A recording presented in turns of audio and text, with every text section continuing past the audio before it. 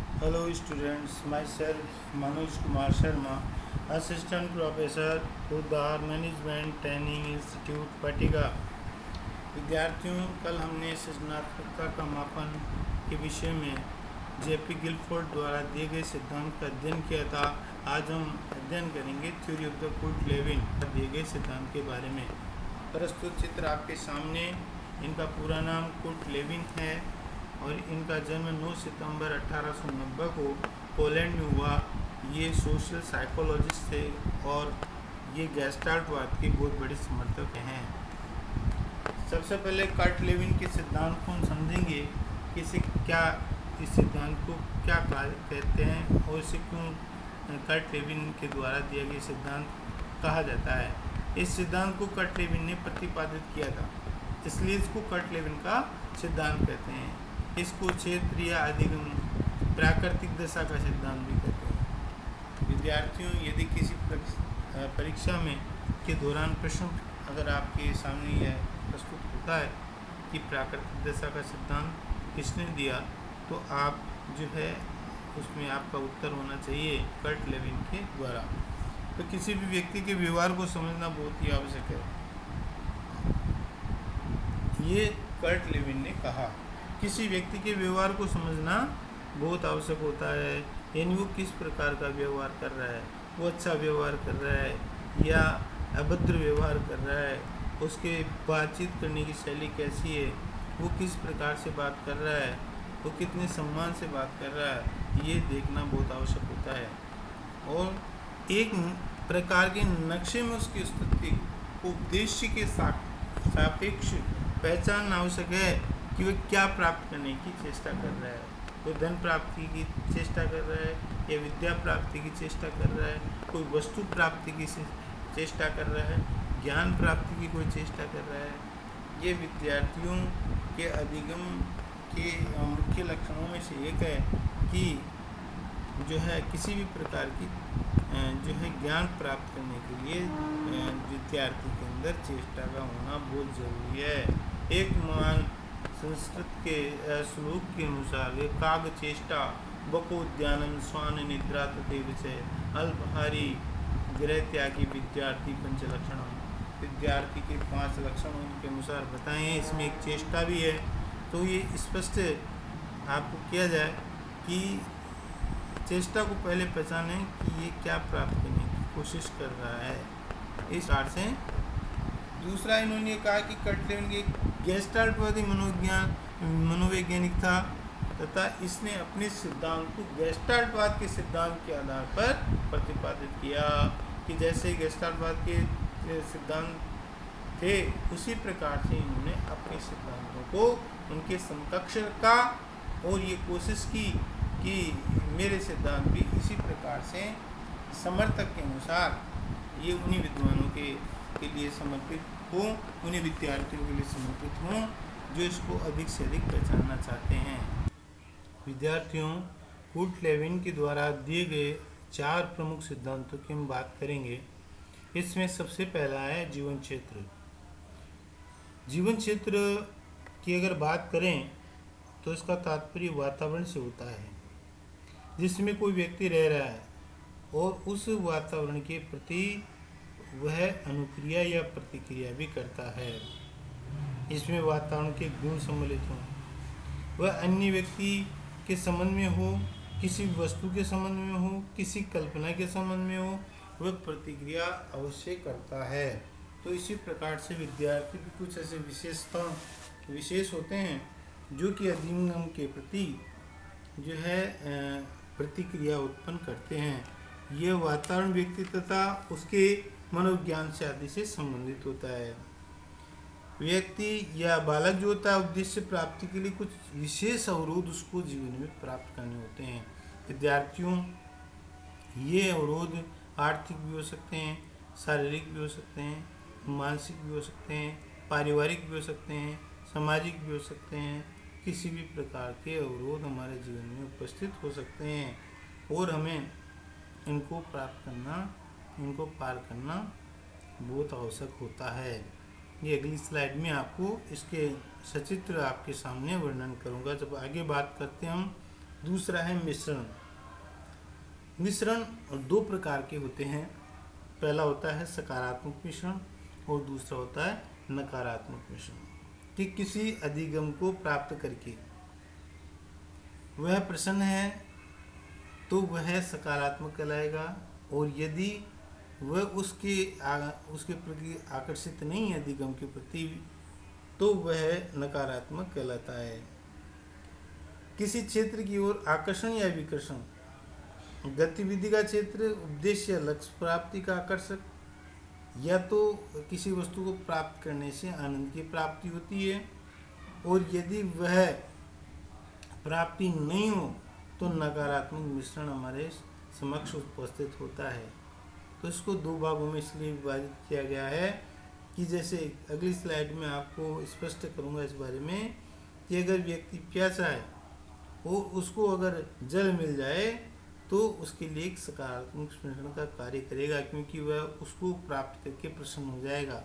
इसी प्रकार से अधिगम में भी हुट-लेविन ने ये प्रस्तुत किया है कि ऐसा इस प्रकार जो आवश्यक जो है जानकारी, जो आवश्यक ज्ञान वस्तुनिष्ठ हो, चाहे निम्नात्मक हो चाहे अल्प निम्नात्मक हो, वह बालकों के सामने प्रस्तुत किया जाए, जिससे हमारे सामने सकारात्मकता या पॉजिटिव रिजल्ट सामने आए। तीसरा है अवरोध।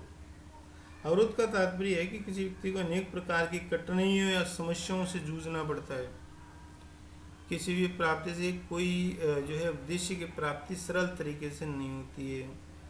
ये मैंने आपको पूर्व में बताया कि अवरोध जो होते हैं इसमें वो समस्याएं कई प्रकार की हो सकती हैं। सबसे जो विकट समस्याएं होती है वो मानसिक समस्याएं होती है। मानसिक समस्याओं के बाद पारिवारिक समस्याएं होती है। पारिवारिक समस्याओं के बाद में सामाजिक समस्याएं होती है। ये वह समस्याएं जो विद्यार्थी के सामने प्रबल रूप से समक्ष आती है। और आगे है प्रेरणा। प्रेरणा लेविन के सिद्धांत के अनुसार अभिप्रेरणा को महत्वपूर्ण स्थान दिया है। अभिप्रेरणा किसे कहते हैं? कि अभिप्रेरणा वह प्रक्रिया है जिसमें प्रेरक तत्व किसी के विशेष उद्देश्य से संबंधित हो जाते हैं। देखिए विद्यार्थियों, अभिप्रेरणा दो प्रकार की होती है। मोटिवेशन दो प्रकार से हो सकता है, एक तो सेल्फ मोटिवेशन हो सकता है और एक इंस्टेंट मोटिवेशन हो सकता है। स्व प्रेरणा और निर्देशित प्रेरणा, इन दोनों में आपको अंतर समझना होगा।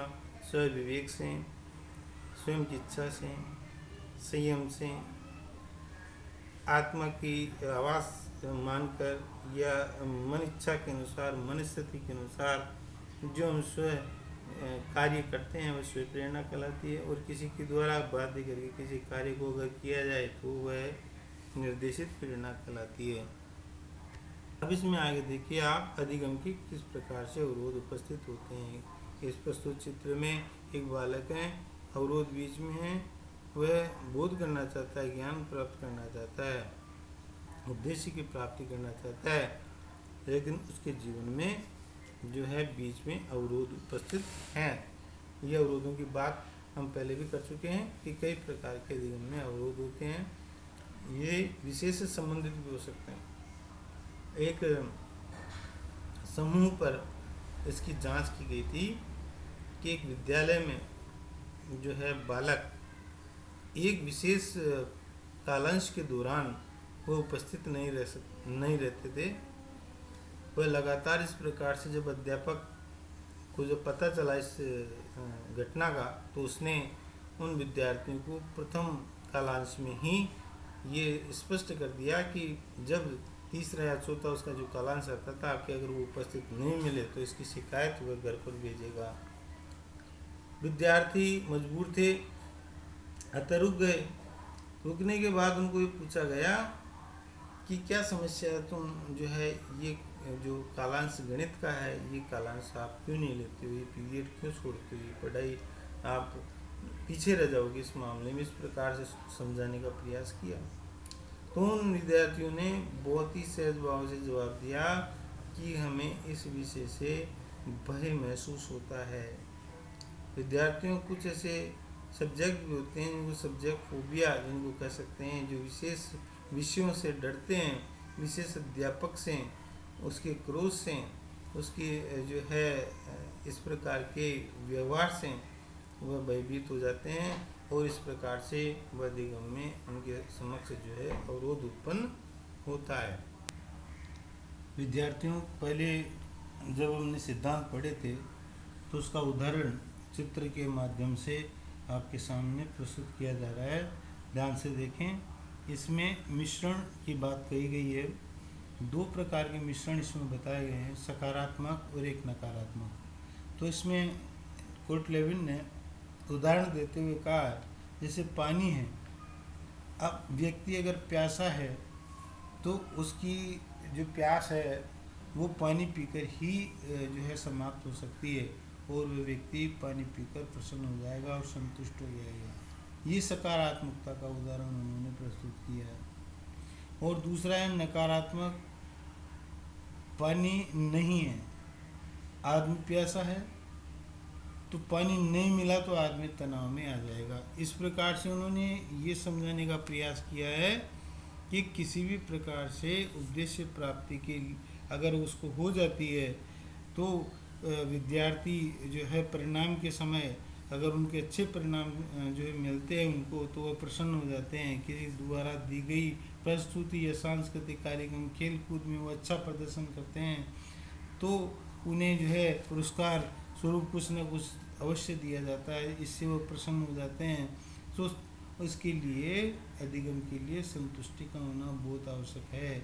अगर किसी प्रकार से अधिगम में संतुष्टि प्राप्ति नहीं होती है तो वह व्यक्ति, ये जो बालक है, वो वास्तव में तनाव में आ जाता है।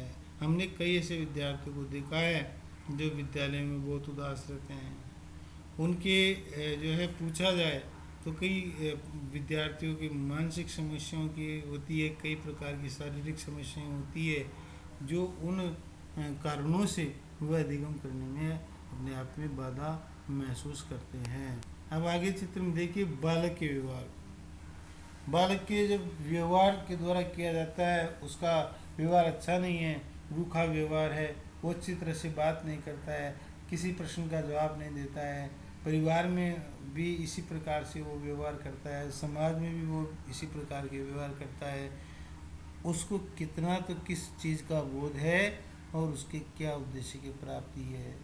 वर्तमान समय में बहुत ही व्यस्त जीवन जीने वाले परिवारों में माता पिता के लिए स्पष्ट ये जो है विद्वानों ने भी कई बार कहा है कि ऐसे बालक जो कामकाजी माता पिता होते हैं उनके बालकों को वो सही समय नहीं दे पाते हैं और इससे बालक क्या है कि वे अपने जो है मन की बात, दमित, उत्कंठाएं, इच्छाएं किसी प्रकार से दूसरे को बताने में समर्थ रहते हैं और उसका जो फ़र्क है वह हमें व्यवहार में स्पष्ट रूप से नज़र आता है। तो इस प्रकार से ये एक उदाहरण के रूप में कुर्ट लेविन ने ये भी आपके सामने दिया और लास्ट में दिया अभिप्रेरणा। इसमें अध्ययन से संबंधित प्रेरणा, किसी कार्य से संबंधित करने की प्रेरणा 2 प्रकार की होती है। एक होती है स्व प्रेरणा और एक होती है निर्देशित प्रेरणा। स्व प्रेरणा में व्यक्ति या बालक अपने स्वयं की इच्छा के अनुसार कार्य करता है, अपनी इच्छा के अनुसार व्यवहार करता है, किसी के कहने की आवश्यकता नहीं रहती है। क्योंकि कई विद्यार्थी आपने ऐसे देखे होंगे कक्षाओं में जो बिना कहे समय पर अपना कार्य करते हैं, समय पर विद्यालय आते हैं, समय पर सारा कार्य करते हैं, तो वह स्व प्रेरित हैं।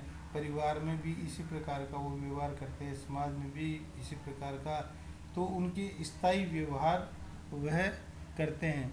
और कई ऐसे विद्यार्थी हैं जो गृह कार्य नहीं करते हैं, प्रत्येक दिन विद्यालय आने से घबराते हैं, कई तरीके की और समस्याएं उत्पन्न होती है जिनके कारण से वह जो है इस प्रकार से अनुचित व्यवहार करने के लिए बाध्य होते हैं।